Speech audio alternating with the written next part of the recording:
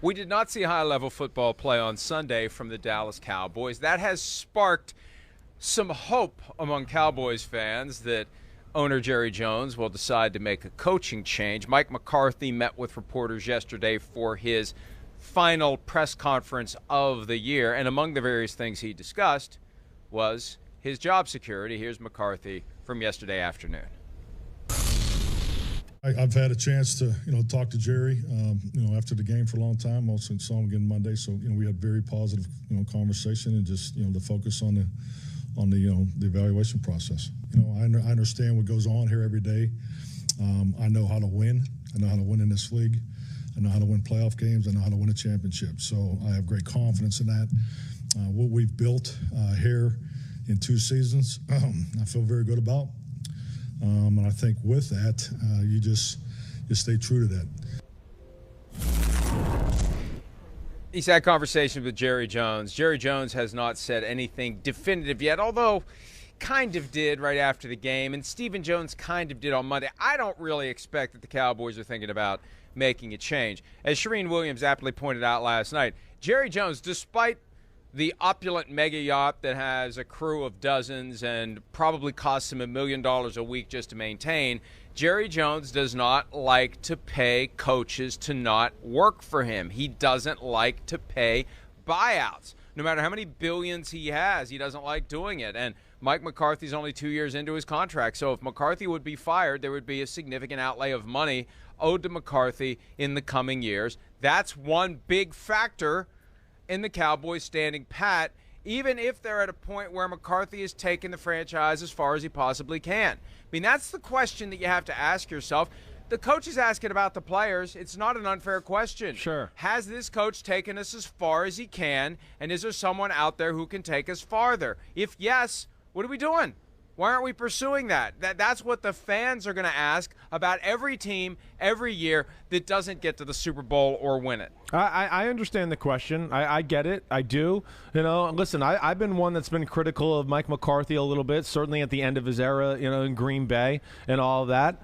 But I at the same time, I don't understand where the job security. I'm a little surprised that we're having the job security question about Mike McCarthy. I am. I understand it hasn't been perfect, as far as there's been some game management issues, and of course we're going to dissect what happened again, on Sunday as far as that last 14 seconds segment there and how they handled that. I understand that, but still, we're in year 2. Things went drastically better in year 2.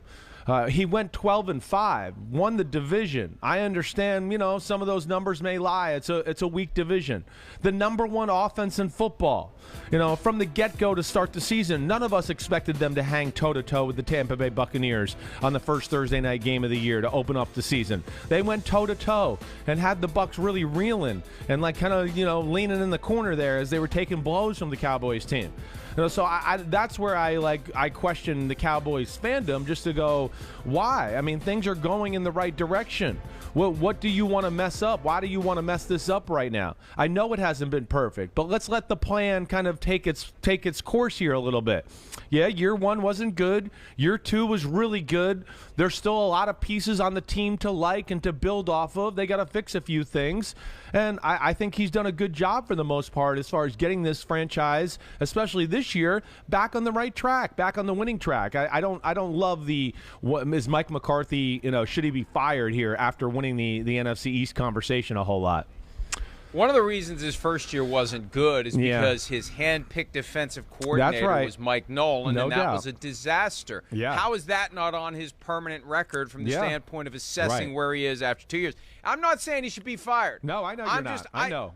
We're here to be authentic and honest and a reflection of what we're hearing from people who are Cowboys partisans who are saying, why are they keeping this guy? And when you look at the chronic clock management issues, and Jerry Jones defended him earlier this year, and the defense was, well, other people have clock management issues too. Well, not the best coaches. And again, one of the epiphanies I've had this week, and it only took me 20 years, 2 months, and 2 weeks of covering the NFL every day to come to this conclusion. There's a handful of great coaches in the NFL, and there's everybody else. And McCarthy is in the vat of everybody else. Do you agree with me on that? I think he's like at the upper echelons or the top of that class, though. Okay, let's say that. Like when we're talking about great coaches, I know we've kind of gone over this a little bit. Harbaugh, Andy Reid, of course, Bill Belichick. When you talk about the great ones that are there right now, of course, McVay. I think Shanahan is, of course, yes. McDermott, I'm going to put in that class right now for sure. Sean Payton, Mike Tomlin, no doubt about it. I'm looking at playoff teams here first, so sorry. Yeah. But yes, I think you look at that group, and then I think, okay, now, and I'm probably missing somebody. Pete Carroll certainly deserves to be in that group. I think now you go to, okay, let's go to the next class of coaches in the NFL. I think Mike McCarthy's towards the top of that next class. I don't think he's in that, cream of the crop guys we just mentioned there, but I think he's, leading the middle class, let's say, as far as the top dog in that department. So, yeah, he's not the greatest, but he's certainly not the worst, and he does have a pretty good track record with a lot of things and winning football games. Now, and Aaron Rodgers. Well, that's where, I go into a little bit like, hey, that's why I think that guy's the greatest quarterback ever, too. I understand that. Again, this is a guy that was an offensive coordinator in Mike McCarthy, and he doesn't want anything to do with calling plays anymore and all that. Right. So I know. So I understand, and he seems to have become the easy jump on guy as far as the coaches are concerned too, and maybe that's partly because of him and the clock management blunders or whatever else, but I do think people are a little quick to jump on Mike McCarthy, and I feel like that right now, even though I understand there's things to question. It still was a damn good year, and things seem to be going in the right direction in Dallas. One of the reasons you become the guy on whom others jump is you've taken the job as the head coach of the Dallas Cowboys. That's right too. Right. Plain and simple. Yeah. Right. If you're the coach of the Arizona Cardinals, Cliff Kingsbury, and you were only on national TV a handful of times this year, you don't get jumped on the same way for your failures, which are different but also significant to the point where he needs to be wondering, is he going to get a phone call this week from Michael Bidwell telling him that the time has come to move on? And I want to mention here something that we said last night. Not just so that I can wedge in a gratuitous reference to my book Playmakers, which comes out March 15, sometimes ill-tempered and snarky, but always entertaining. There's a story told in there about how close the Cowboys came a few years ago to hiring Sean Payton. Yeah. And it will blow your mind, as I said earlier this week, how close it came and why it didn't happen. I mention that because, number one, teams don't use that ability to trade for other coaches nearly as often as they should. A great coach is a special commodity, and I would give up multiple first-round picks if I knew I was going to have a great coach who wanted to be here and who was going to devote every waking moment of every day of the year, except for a couple of weeks in late June and early July, to my cause, which is being the best football program that I possibly can own and run and operate. It doesn't happen nearly enough. It should happen more. Secondly, there's no way to know whether or not it's already happening behind the scenes because they're not going to come out and tell us. Because the way that it would happen, if Jerry Jones would decide in the aftermath of what occurred on Sunday, I've had enough, I got to go get Sean Payton. What you got to do is line it up before you fire Mike McCarthy. You want to know that you're going to get the two in the bush before you let go of the bird in the hand. Yeah, now, that runs contrary to the spirit of the Rooney Rule. And it's incorrect, it's wrong, it shouldn't happen, but it happens. And that's the way it was happening a few years ago. You need to know you're going to get the guy that you want to trade for. Then you fire the guy you have. You conduct your search that complies with the Rooney Rule. And then once you're exasperated by your options after a week or two, after interviewing a wide variety of individuals, the usual suspects, the names that are popping up over and over again, the full gamut. You do your full search, and then you work out a trade. It's not really a trade, but it is a trade with the Saints for Sean Payton or someone else. I don't know, someone else. Maybe let's not just say Payton. Maybe Sean McVay. Maybe Kyle Shanahan. I don't know. Kyle Shanahan just brought a team in there and kicked Jerry Jones' ass. Maybe Jerry Jones' eye has roamed from Sean Payton to Kyle Shanahan. Regardless, the point is it doesn't happen enough. And if you want to upgrade from one of the not great coaches to one of the great coaches, that's the way you do it. And I am surprised it doesn't happen more often. I will agree with you there.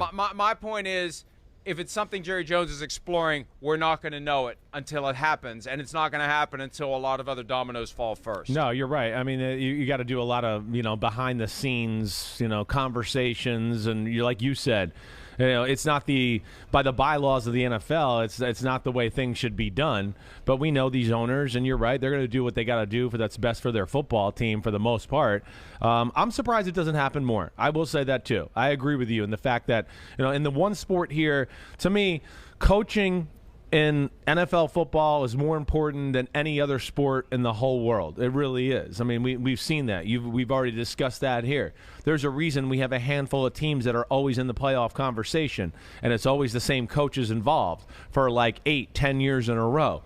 And I don't think that's by mistake, of course. So, yeah, they know how to run a team. They know how to talk to players, good coaches. They know how to come up with creative game plans on both sides of the ball. Having said all that, listen, I still, again, maybe if you have a Sean Payton, you feel like you can get him and that falls in your lap, fine, Dallas, go get it. But I still think you still got a pretty good coach in Mike McCarthy there. Not one that you should just throw out the door for, we're not thrilled with the way the year went. We think we could do better. And you don't just throw it out the door to go, now let's interview coaches and see who we can get in here. I think to your point, yes, you only make this kind of move in the McCarthy unless you know you got something that is really substantial. And if you're the Jones family and you go, no, this guy's a better coach than Mike McCarthy for sure, and we can get him, maybe you think about that, sure. But as it stands right now, I don't see that happening. I don't see any coaching candidates that are out there as far as first-time candidates that I would say, oh, I'm definitely going to take them over Mike McCarthy. No, he has implemented something there. They got a pretty good coaching staff right now. We'll see where that goes as far as Kellen Moore and Dan Quinn. It'd be one here where, again, I don't know if I'm one of these teams out there. I don't know if I love. I'm not hiring Kellen Moore. That's not happening. I know it's the number one offense in football, but man, you got to watch tape in the last 7-8 weeks of the year. It's not all that special, that offense. It's too much about the Jimmies and the Joes. The defense, I would almost say the same thing. I like Dan Quinn and all that too. He made an incredible improvement there, but I'd like to see him make another improvement before I'd give a head coaching job too. I mean, we're acting like they were the 85 Bears this year. They were the 20th or 21st ranked defense in football. I know it was better than last year, which was horrible, but we act like it was like, oh my gosh, they were so dominant. Yeah, they made plays. They got some turnovers, sure.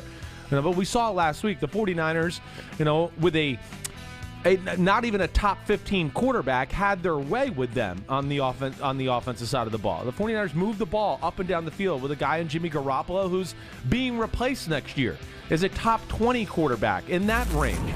So because of all those things, and what I'm saying here is I guess I would just go, I would stay the course. And everybody, I understand jumping on Mike McCarthy and some of these things he's done, but I still think there's more good than bad certainly there in Dallas.